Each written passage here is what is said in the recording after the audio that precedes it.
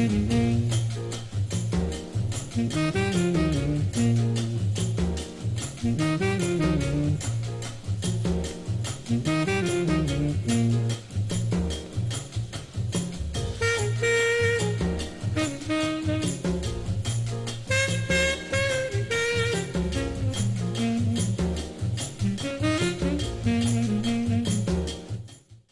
evening. You're looking once again for the weekly broadcast of Ask Welfare Rights. You have been successful and you found us once again. I'm saying us, even though this evening I'll be here flying solo.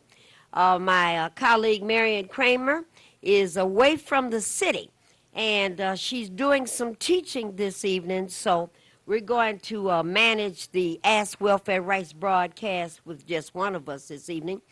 My name is Maureen Taylor. I'm the state chairperson of Michigan Welfare Rights, and it is always my Friday weekly pleasure to be here and share a few pieces of information if I can, and I always try to be a student of education if that is allowable as well. You are tuned in to WHPR. Of course, Marion reads this sign every week. If you're looking at us on the website, if you'd like to find us on the website, you can go to www.tv33whpr.com, or otherwise the numbers for call-in are listed at the bottom of the screen. They all start with area code 313 because we're in the heart of Detroit, which is Highland Park, and the numbers are 868-4336, 868-4336, or you can reach us at 313-868-0351. I have my annual sunglasses on today because about 3:30 in the morning last night, I woke up sneezing. I was dead to the world sleep, and I woke up with one of those humid allergy-based sneezes and full of a nosebleed. It was everything. About 20 minutes, I could hardly get my breath. And of course, what that means for me, because I have this condition, is that my eyes become very sensitive to the light, and all kinds of things happen when you have allergies. I'm trying to get somebody to write me a 2-week plane ticket, all expenses paid trip to Arizona. Even though I understand it's 106 degrees there today, that dry heat would do wonders for my allergies. But so far, nobody has written anything, but hope springs eternal. So we'll see. All right, couple of things I want to share this evening. This is Friday, August the 3rd, and we all know that next Tuesday is voting day. Next Tuesday, that's August the 7th. People sometimes get the dates wrong, and they say August the 6th, and I heard last night at the college somebody said August the 8th. That part doesn't matter. You already know that on Tuesdays we vote. So next Tuesday, everybody should be casting a vote one way or the other, because this is the primary season. So vote, get out and vote, and then I guess for a second, all of us kind of think about, what good does it do to vote? Well, voting is the litmus test to indicate if we still believe that a system of one person, one vote democracy, is that still possible? Even though it might be hard to see, it might be hard to find, we should cast our vote because that's a voice. And we should be saying one way or the other who it is that we think is we want to bet on to make our circumstances better. We have some tremendous pressures on us because we have number 45 in Washington, D.C. And if number 45 is going to be stalled, if he's going to be pushed to the wall, if he's going to be blocked the way they blocked number 44, that means there has to be some congressional changes. So some Senate changes and some House changes across the nation, not just in Michigan, but across the nation. There has to be some folks that are voted into office that we can pretty much guess might go against what number 45 is putting forward. And a lot of things depend on that. Boy, we've got some rough choices.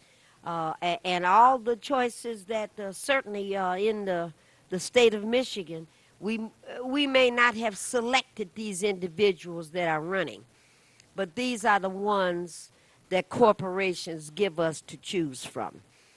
M.L. Elric has been on Channel 2 for the last couple of weeks defining the different candidates, those that are running for Congress, those that are running for Senate, those that are running for whatever the positions are. And he's been revealing in terms of a point of view, sharing information that maybe some folks did not know, but certainly he is listing the candidates that all of us have to choose from. So we've got a duty to perform something.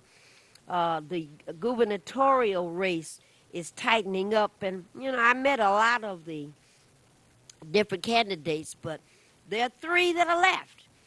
And one is the conservative choice of the Democratic Party, the one that has the financial backing.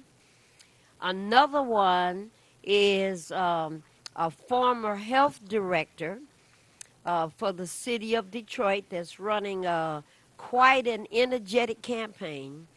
And the third person that's running is an individual who was poor and understands what hunger might have been and lived under situations that were less than tolerable. I'm not sure about who the other candidates are, except for that one named Colbeck. And he's a Republican. He's the first person that I saw to get on television and talk about Sharia law and to talk about how we have to be careful of voting in candidates that might be, quote, quote, hidden terrorists. It was despicable. He should have been called out by all sides, anybody that's running for office. And not only should he not be able to run for office, he should not have been able to live in Michigan anymore for saying that kind of thing and to spreading that kind of hatred. But that's my comments on what's coming up on the 7th, next Tuesday. The other last thing I would say about that is that this is the primary vote, and I'm not sure when it started that most people don't come out during the primaries. The attitude seems to be let the top 3 or 4 or 5, whatever, fight it out, and then the ones that are left will make a decision and we'll choose someone based off of the folks that are left. And that's generally a bad idea. If we don't go there and make a selection about who we want to see when the dust clears, we're going to end up being the group that votes for just the 2 candidates that are left. And as you know, that becomes a slugfest every time we get to this particular position. So that's my information about the primary election that's coming up August the 7th. Go there and put the sign on you that says, I voted, did you? Now I want to say something about a condition that I haven't seen in a while. A few weeks ago, there was a young man that a lot of us in the activist community, the organizer community, his name is John Solenberg. And John was a factory worker, lived over on the east side of the city of Detroit, and was very engaged in karate and different forms of martial arts. And a number of years ago, he was asked to, I guess he was involved in not just campaigns, but in bouts and in matches with other persons. And he had prepared himself and was in the ring with whoever he was supposed to be in the ring with, and he won that particular match. And then the next match that was supposed to come up, one of the contenders didn't arrive. So he was asked, John was asked to get back in the ring and match his skills with whoever that other person was. And he did. And then the third activity came and somebody was missing then. And so John was asked one more time, would he get in the ring and do battle about this karate or wrestling? I'm not sure what it was at that time. And he did, and he passed out during the middle of that particular match. And what was discovered later on is that he had suffered a heat stroke and ended up with some brain damage. And we all, he was a young man in his, late 30s, early 40s. And we all assumed that a heat stroke meant that you got really sick because you were overheated and you got something cold to drink and you were all right. Well, that didn't happen. And for at least 2 decades, he has been in a nursing home, a convalescent center. And a couple of weeks ago, about 5 weeks ago, we got the message that he had passed on. Well, I hadn't heard about anybody else being sick like that until recently, and I've got a colleague who went outside the elements 3, 4, 4, 5 weeks ago. Hot, extremely warm, temperatures 90 plus like they are today. And he ended up being in a chair for however long, and the same thing happened to him. Suffered a heat-related condition. And it's just such a surprise and such a shock to see someone that was a pretty, fairly viable and moving around and whatnot, and this condition of being out in these elements for any length of time struck him. And I want to say something about that because some of you might remember a couple of years ago. You all know. Where is it? I've got trouble drinking water. And I've got trouble drinking water because when I drink it, it tastes like water. And I don't like the way it tastes. So I have been a person that likes cranberry juice with no sugar in it for years. And I'm drinking it. And you all know what happened. I talked about this. It's been about 2 years now. And I was sick at my place of employment. It came out of the building. I was feeling so lightheaded and dizzy. I thought, well, let me go out and sit in my car for a minute. Mistake number one. So I went and got in the car and rolled my seat back, and as I was going outside, some of my other colleagues were coming inside, and I guess I looked a little different.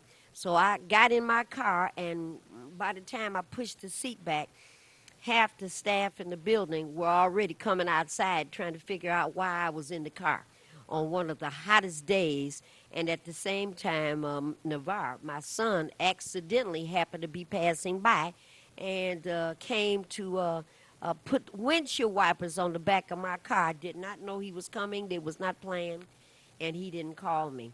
Long story short, I was incapacitated. I could barely talk. And, of course, Navarre recognized it. The staff is out. They've got my keys. I mean, they're about ready to pick me up, the car up. I didn't know what was happening. But Navarre said, what's the matter? And I said, I don't know. I just don't feel. And that's the last thing I remember. And Navarre had me out of that car and in his car in a shake and took me up to the Henry Ford up on Outer Drive in Southfield, where I met Nurse Ratchet. And Nurse Ratchet was trying to take blood, and it wouldn't come out of my arm. And I told her, I know that it's in there. And she kept hitting my arm, and I told her, no, I know it's in there. And she asked me about drinking water, and had I had any. So I told her no. And she gave me this look, and she went away and came back with a full bottle of water. And she said, drink that. So I took the top off, took a couple of sips, and started to put the top back on it. And she stepped right in my space and said, drink it all, and drink it all right now. Okay. So I drank the water as fast as I could because she was standing there patting her foot. She came right back after I drank that water, brought another one, and put it on the desk. and asked me for my arm again, and she put that needle in my arm, and that blood jumped out. And that's what I knew. Okay, this is serious about drinking this water. Cranberry juice is delicious, and I love it. I drink it all the time, but it's not the same as water. So I will say to everybody that can hear my voice, don't go outside and sit in the car when it's 90 degrees. Don't do it. Try to drink 4 or 5, what do they call it, 8 ounces of water every day. Even if you can't do it, get as close as you can. Put some lemon in it and put a sucker down in it and squeeze some orange juice down in it, whatever it is. But I see that it becomes an issue, so I learned that lesson, and I haven't made that mistake in a long time. So let me just pass on that as medical advice.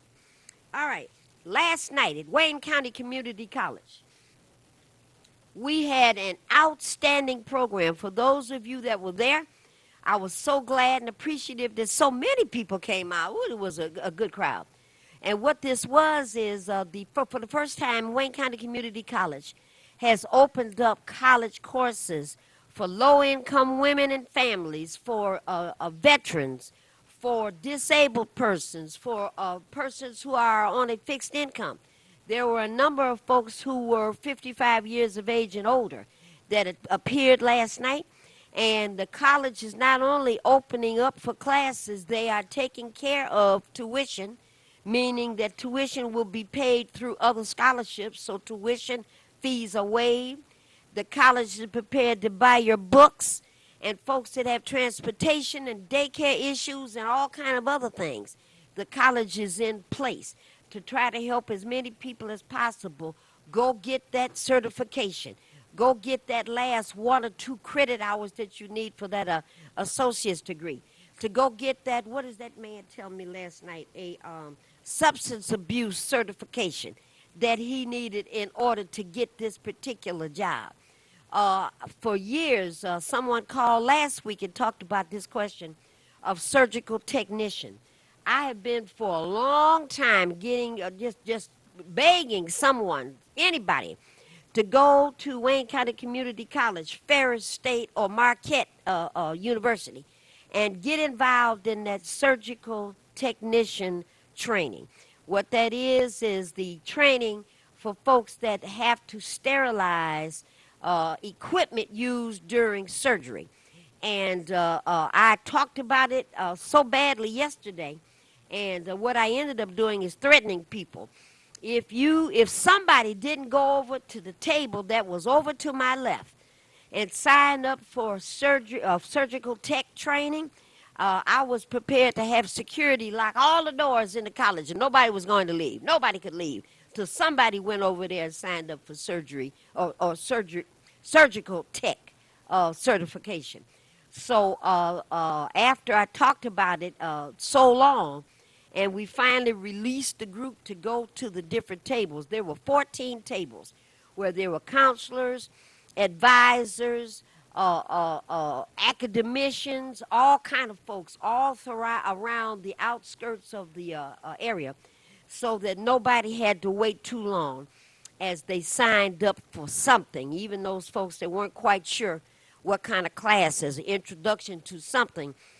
So many people signed up last night, and there are about 20 people when we released folks to go and sign up. 20 folks ran to the surgical technician table, and I was glad of that. Mary and I signed up for some computer classes. At the end of the day, I am tired of having to call my son and say, Navar, how do you do this? Or how do I make this happen? And he'll tell me, go to L and hit that and then tap my foot 3 times and close my eyes and hold my little finger in the air and then push enter and it'll happen. I can learn this. I can learn these computer applications.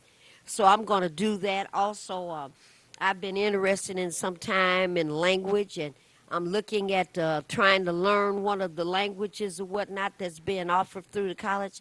So it's a couple of things that Marion and I are going to try to do. Last time Marion and I were in college together, we took a special course. Matter of fact, it was about computers a long time ago. And we asked questions, and the instructor just finally said, "You two asked too many questions. Get out." And boy, we got kicked out of computer class. So we going back again. So a lot of people came. A lot of people signed up. We took a lot of calls later on, especially at Welfare Rights, where folks said we forgot, we didn't get our transportation right. We didn't realize the date was here, and all of these kinds of things. But folks that still want to do this. So the college has extended that opportunity to go into the education registration destination program. You have to call area code 313 496 2510, 313 496 2510. And you're going to either leave a message or you're going to ask for Miss Susan. And Miss Susan will give you your information and instructions on how you can still participate. You have to fill out an application, and we have to know who you are. And there are slots available. We're trying to fill up to 700 slots. And it was quite a few there last night. I don't have what the exact number is, but there was quite a significant group of people that came last night. So if you're still interested, you want to take a music class, you want to take a language class, you want to take surgical technicians. I don't know, you may not be able to do that because so many people that signed up for that. They may be, maybe they don't need any more surgical technicians. There's substance abuse counseling courses, certification courses that were offered, just so many different classes. So you can call Susan, 313-496-2510, and talk to her about how you can get involved. Caller, you've been so patient. Thank you for waiting, and thank you for calling Ask Welfare Rights. Happy Friday. And thank you so very much, and to you as well. I am so thankful, grateful. I almost missed you over here running my mouth, calling Sam Riddle and talking to everybody else. I said, I got to call Maureen and thank them for waking people up to a wonderful program. And I'd like to share my experience. Please share your experience. Oh, my goodness. Mr. Mason, is it Darnell Mason? Yep. He was so patient with me and so encouraging. And I even talked to him today because I had 3 classes in mind, career classes that I wanted to take. Either it was the childhood education, it was the physical fitness and trainer, or just physical therapy. And so those were my 3 choices. And I ended up signing up for the 3rd one. But we talked on the phone today. Okay. He's going to help me get my first choice or my second choice. Isn't and it that will be wonderful? in the medical field, occupational therapy, or physical fitness trainer. Isn't that wonderful? All I do is ride bikes and swim and dance, and I want to share the love to keep our cities in shape and to keep our minds and our bodies in shape.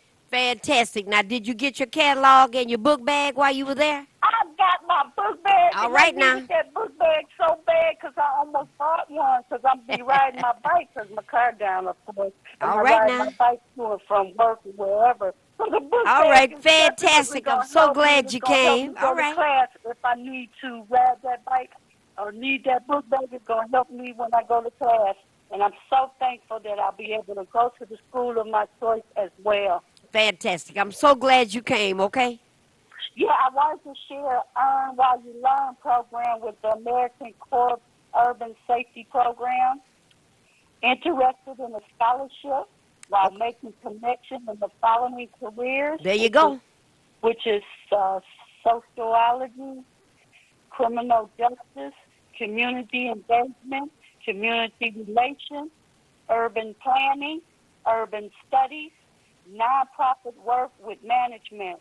Or you can just simply, if you're simply interested in money, you can volunteer a year to Detroit, earn a biweekly stipend up to $500, earn up to $5,920 in college scholarship, build your resume, work in research-based universities. Let's see, it says build resume and work in research-based university, networking tools, resume builder, flexibility with school schedule. So this is with the AmeriCorps, All you Michigan. have to do, and the only thing holding people back is air and opportunity. The air is there and the Hello! opportunity So get is in touch open. with the AmeriCorps of Michigan. All right. Thank you. All right. Thank you. I'm so glad you came, okay? I am too. Bye-bye. All right. Thank you so much. Caller, you're on the air. Thank you for calling Ask Welfare Rights. Yes. Good Yes. evening, And good and evening. good evening to your co-host in her absence. But one thing I'm always talking about the election. It's very important that the people get out there to this primary election and vote. Do not sit on talking about waiting until the Thank you, Jimmy. general election in November. Get out and vote for this primary. That governor's side is very important. Vote Democrat. We only got one more chance to get it right. I already see where that is represented predicted it's only 12 to 17%. You should get 4%. Try to get 90 and 80%. People need to get out. Don't wait on November the Senate. You got to pick who you want in that office, not just governor, in the state level, no. Now, we got one more chance to get right, and these people that home and not getting out there and vote for whatever reason, stop talking about somebody fixing the election. Get out there and vote anyway. Okay, I'm going to hang up and listen. Maybe somebody call it on it, because that's very important. We got 8 days before that happens. I'm going to hang up and listen. Thank you. Okay. All right. We started off talking about that. For whatever reason, people, the turnout for primary votes is always very low, and people wait for someone else to figure out who the choices should be, and then they go along with that, and that's always a mistake. And it'll be one this time if we wait until next Tuesday and decide at the last minute, or even deciding right now that we're not going to get involved. Again, I can remember Mitch McConnell when Barack Obama first came to office.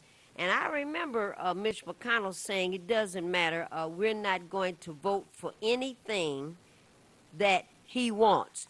Everything will be stalled, everything will be delayed. And I thought that was treason. When you say that the country is not going to move ahead because we don't like this Democrat and whatever else he is, we don't like him. And that's what happened. So, I have no problem, caller, and anybody else telling folks, listen, if you don't like what this president is doing, he's in office. It looks like the electoral group put him in. It wasn't the voice of the voters. Electoral college put him in. And however that happened, it happened. But if we want something different to occur, it'll be, if nothing else, interesting to watch.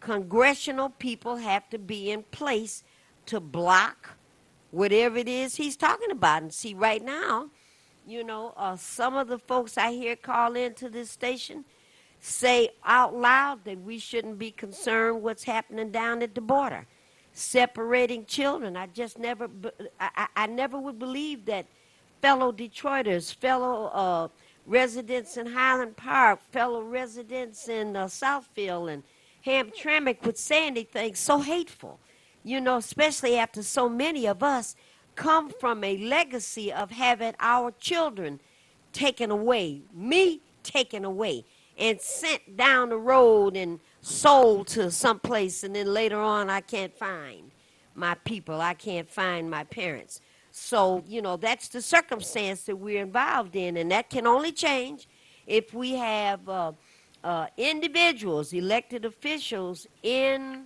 places that can block number 45. And, that depends on whether or not you're interested, or maybe you like what he's doing. I don't know. Caller, you're on the air. Thank you for calling, and thank you for waiting, and thank you for calling Ask Welfare Rights. You're on the air. Go ahead. Yeah, I had to call back. I just want to encourage people to please do your research and do not put your Republican and Democratic clothing back into seats. And you have to watch what corporate greed is funding their candidacy, Yep. because that only means nothing left for the peace and all for the greed. And that's right. So please do your research and make a conscious decision. Be well educated in your decision making. With the Earn to Learn, they can get in touch with Anthony Brown, Mm-hmm. and that's email your resume or cover letter to Anthony B. AMUS@gmail.com. Say it again. Anthony B. AMUS@gmail.com. Or Brianna Lockett. Brianna.amus@gmail.com. And that's the Earn to Learn program, and you can get scholarships as well as stipend fees. Thank you. And thank you so very much. Okay, bye-bye. All right, goodbye. One of the highlights from last night, again, 868-4336, or 868-0351, were the numbers of people who, I don't want to say embarrassed, but didn't want to admit that maybe they didn't have a high school diploma, and went to I saw only the one lady. She went to the site where the table and the counselors were, and she kind of bent over and asked the question, are we able to get help, and can we enroll in a GED class?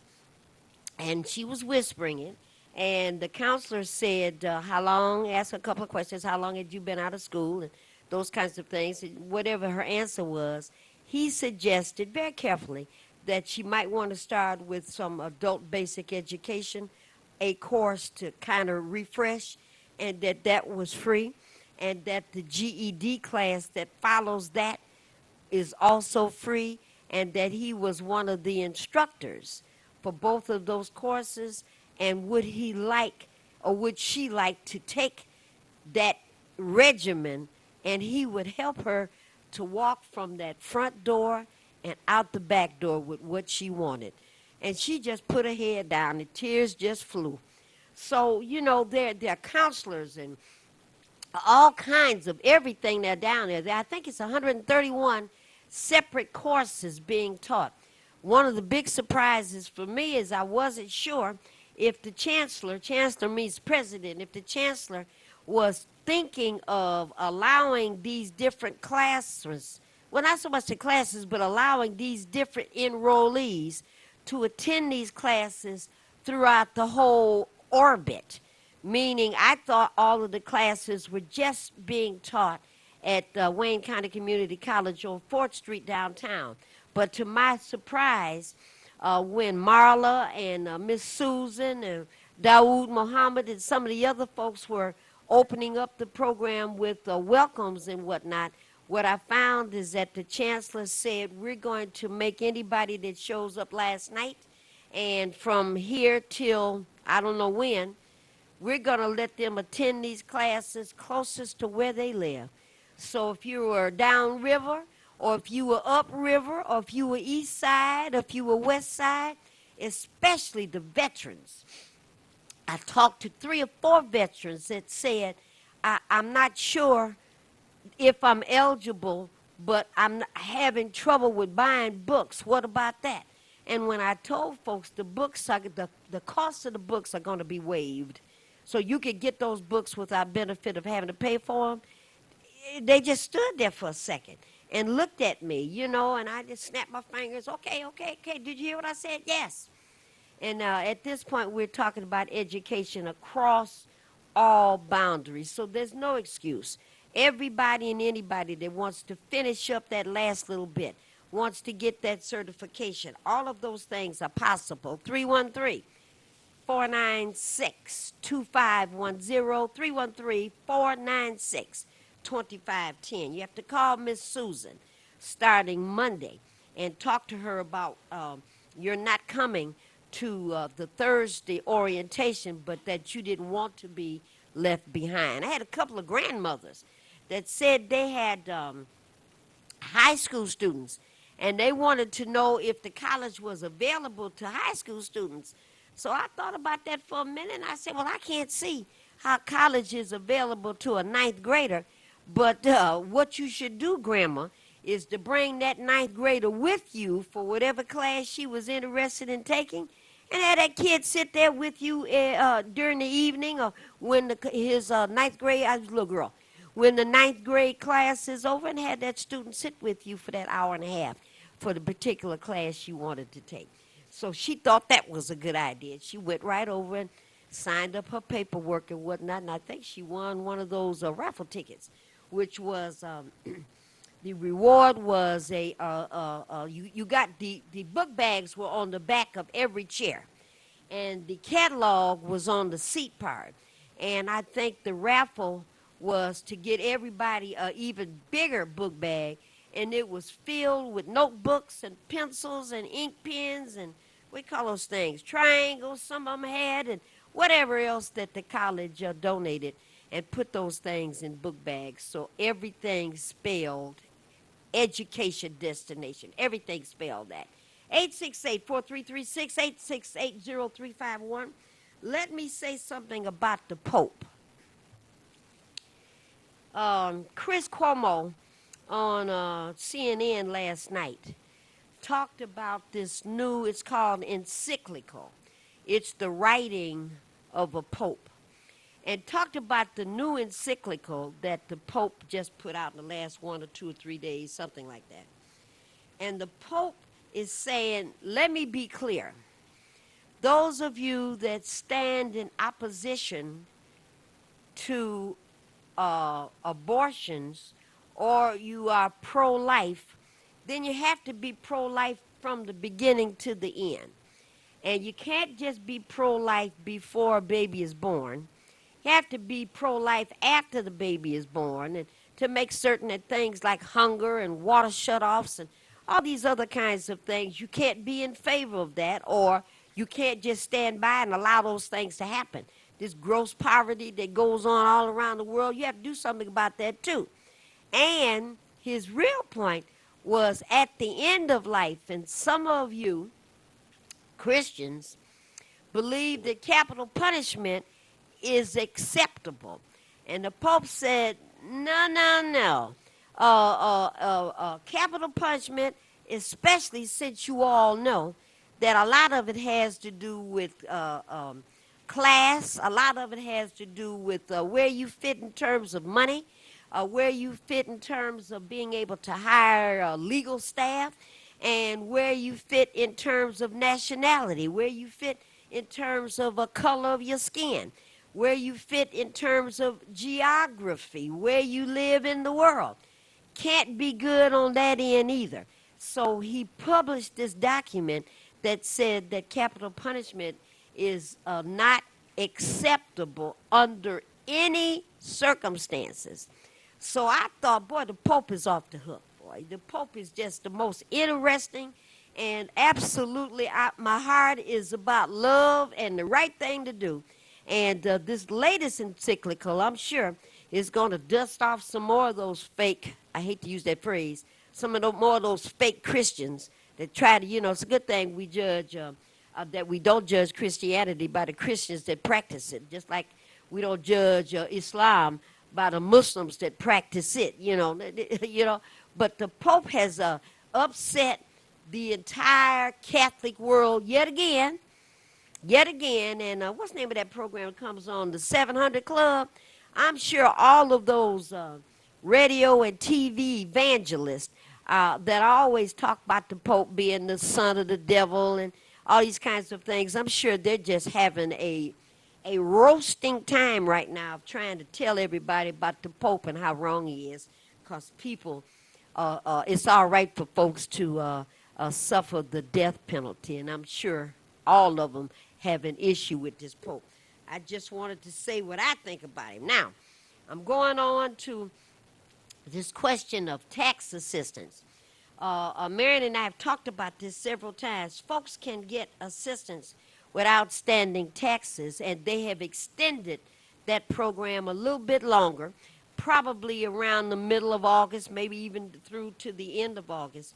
you can call 313-963-3310, 313-963-3310, and you can get yourself involved in a couple of conversations that can assist you with outstanding taxes. Right now, the Wayne County Treasurer is taking people off the foreclosure list if you just call and make some kind of commitment for some help. And that's the number that you would call, and they would help you to get off of that list. You know, we have a lot of folks whose properties are still on the foreclosure list. And mama had the house, daddy had the house, grandma, granddad, whoever, and that person passed away. And there's somebody still living in the property, and they didn't go get the paperwork switched over. Taxes have not been paid in 2 years, in 3 years, in 4 years, in 5 years. And now here comes those yellow notices that says you're up for foreclosure. And you know you can't do it by yourself, and you have to have some help. And I don't know how many more times we have to throw Eric Sabri into your living room. You know, I don't know how many more times we have to throw the United Community Housing Coalition onto your front porch. There are people there that are able to legally help you with outstanding tax debts. The number again, 313-963-3310, 313-963-3310. You're having problems with an outstanding tax bill, please call. And the last Customer Assistance Day.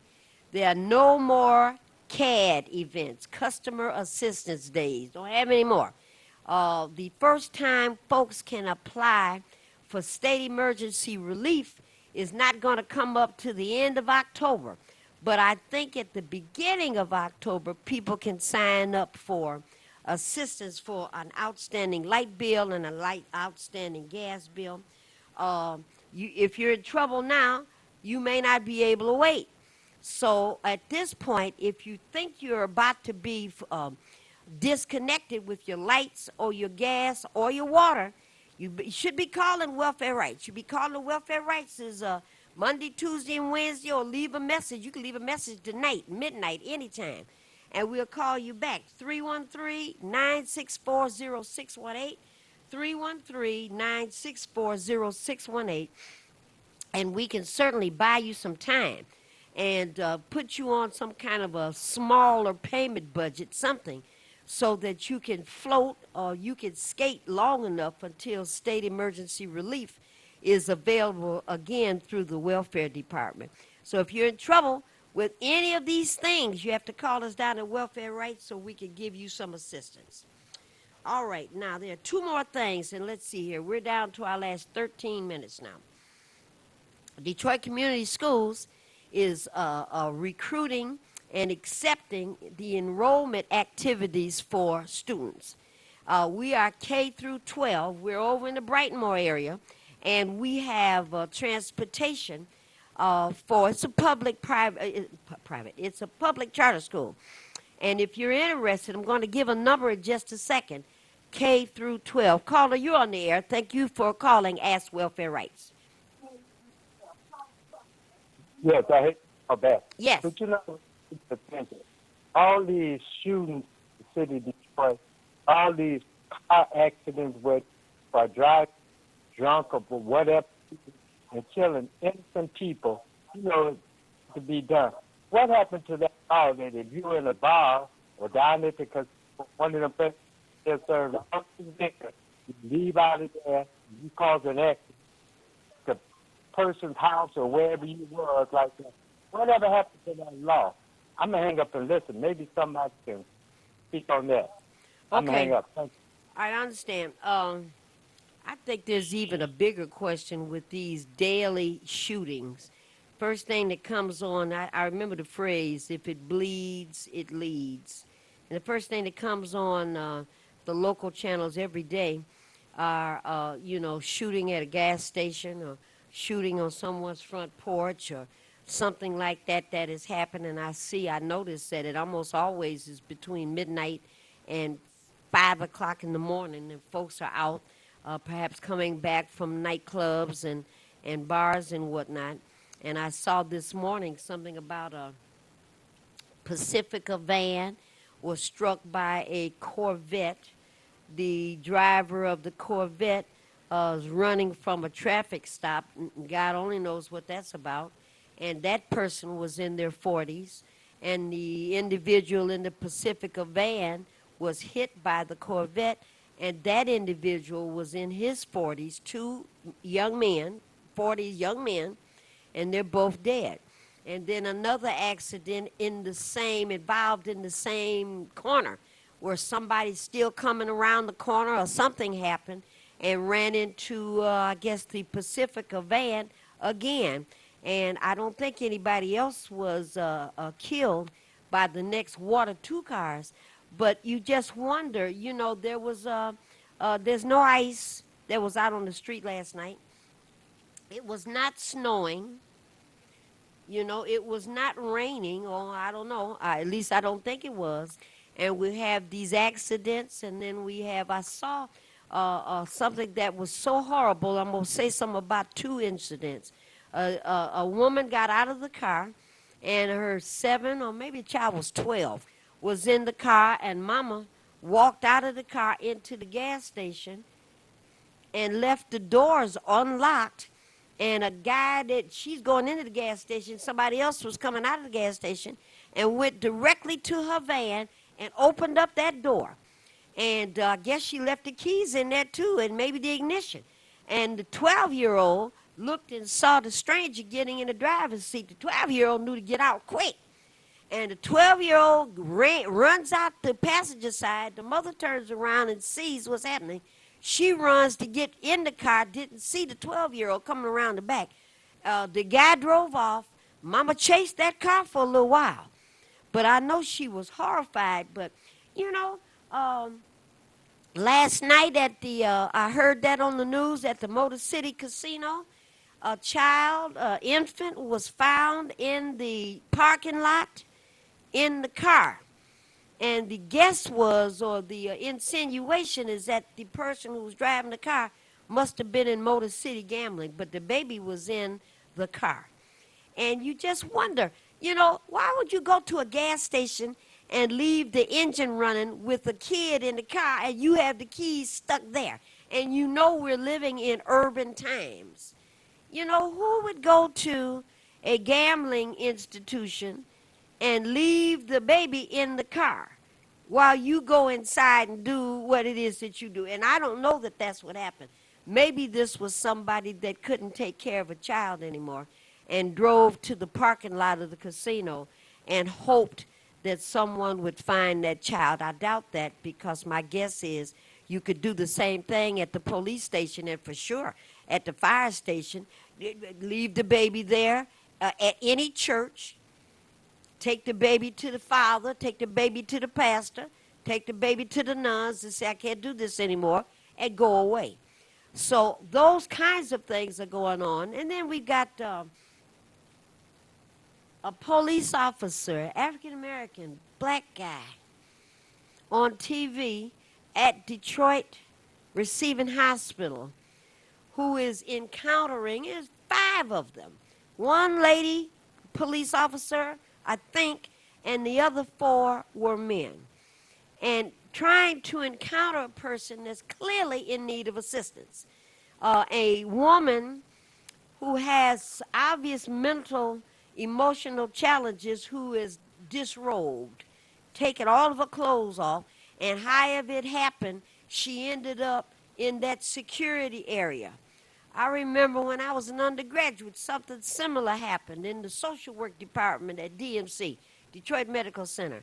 And a young woman, mentally impaired, she took all her clothes off and ran through the lot and ran into the building, into the lobby area where I was an undergraduate student.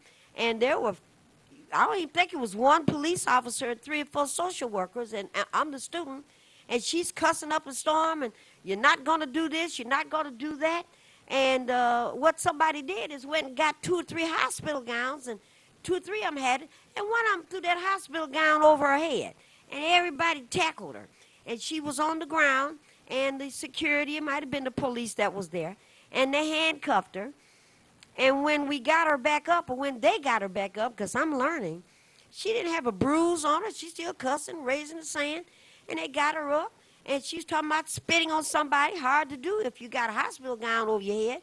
And they put the rest of the hospital gowns front and back and a restraining a jacket on her and took her on over to where they could put her on a gurney and keep her safe because she was having an episode. The incident I'm talking about, anybody that saw it, you had to put your arm in front of your face. It was so horrible. Where this man took his fist and hit this woman maybe 15 times. It might not have been 15, it could have been 14, it might have been 16. But he hit her full force, and you could hear the blows. And I looked at that, and they've got her body framed out because she was nude. And you could see she was agitated. She was not in handcuffs. And I guess they were struggling to try to get her arm or whatever it is. But rather than, there were 5 of them.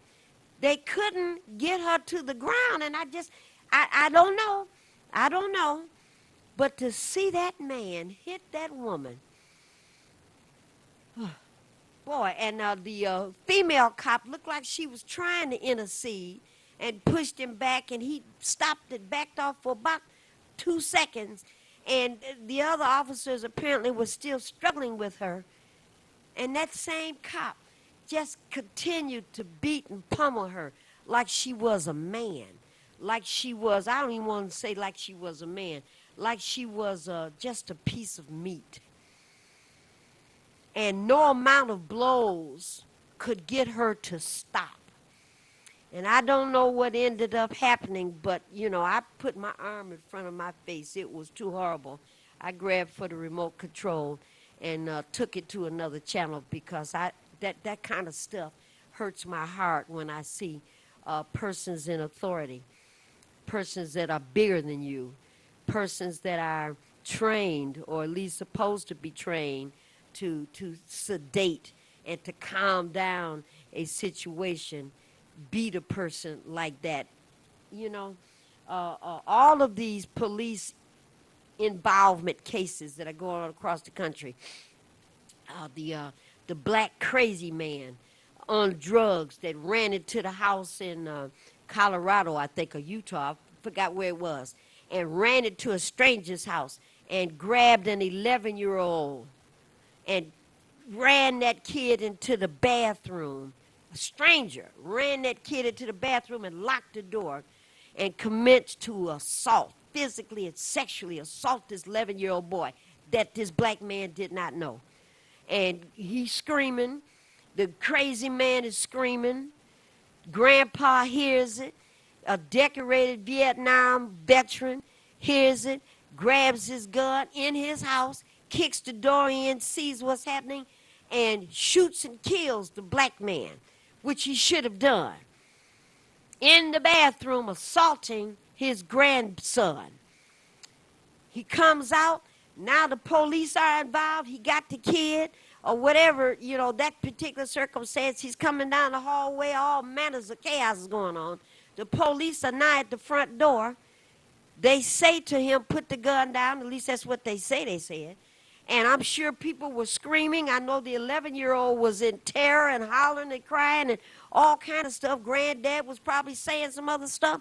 And, of course, the police come in 2 seconds. Put your gun down. I don't know if he heard it. Put your gun down. I don't know if he heard it.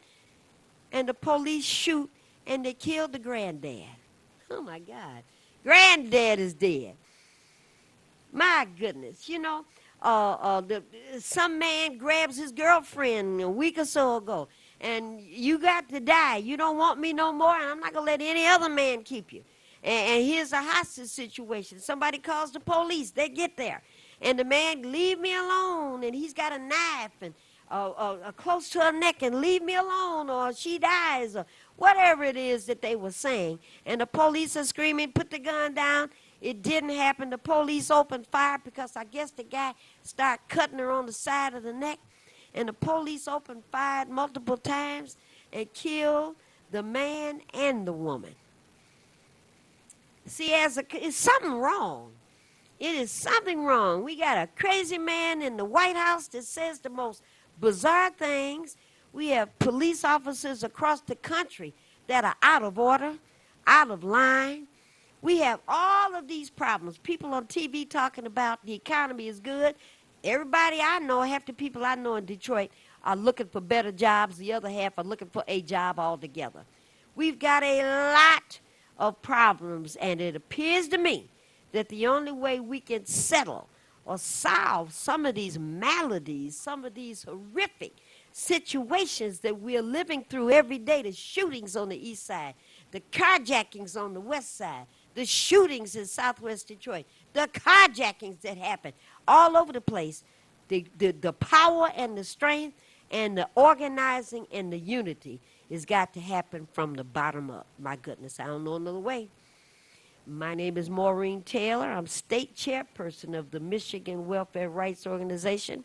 If the Lord is willing and the creek does not rise, myself and Marion Kramer, we will be here together next Friday to bring additional information, hopefully some more good news and less bad news. Those of you that are smoking those cigarettes, put them out. Arena, we heard about this. Those of you that are driving too fast on the freeway, you better stop it. And the last thing I'll tell us all, if you need gas, get it before the sun goes down. Lord willing, we'll see you next Friday. Goodbye.